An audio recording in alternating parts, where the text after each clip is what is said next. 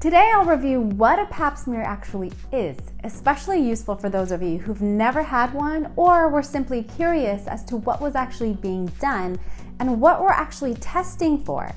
And then in my next video, I'm going to discuss why we no longer do it every year and how often you should get one. Well, what's up, healthy people? I'm Dr. Majd, a board-certified family medicine physician practicing in sunny San Diego.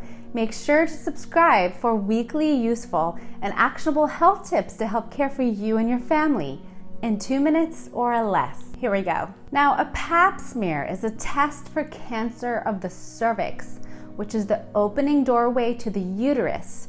It's a circular type of structure with a hole in the middle. We insert what's called a speculum into the vaginal opening. There are several sizes. You can ask your doctor if they can use the smallest size possible. Your doctor can also coat it with some jelly so that it glides more easily for improved comfort, or as much as possible, I should say.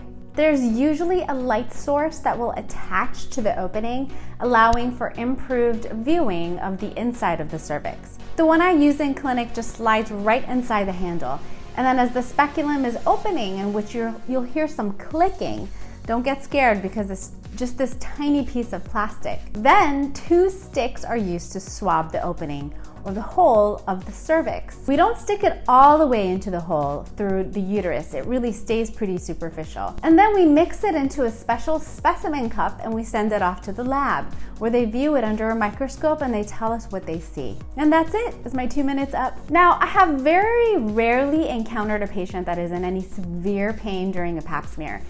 I mean, yes, it's uncomfortable, but it shouldn't be painful. So if yours went better than you thought it would, which I hear all the time, especially the ones who've never had a pap smear prior, write the word relieved in the comments down below. I'll review what we're actually testing for in a pap smear and how often you should get yours done in my next video. So make sure you don't miss that. Now, if you found the information useful, let me know by giving it a thumbs up and share it with someone else who may find it useful. And don't forget to hit that red subscribe button down there and that notification bell next to it so that you don't miss any future weekly videos. Well, thanks for tuning in. Stay healthy and I'll catch you next time.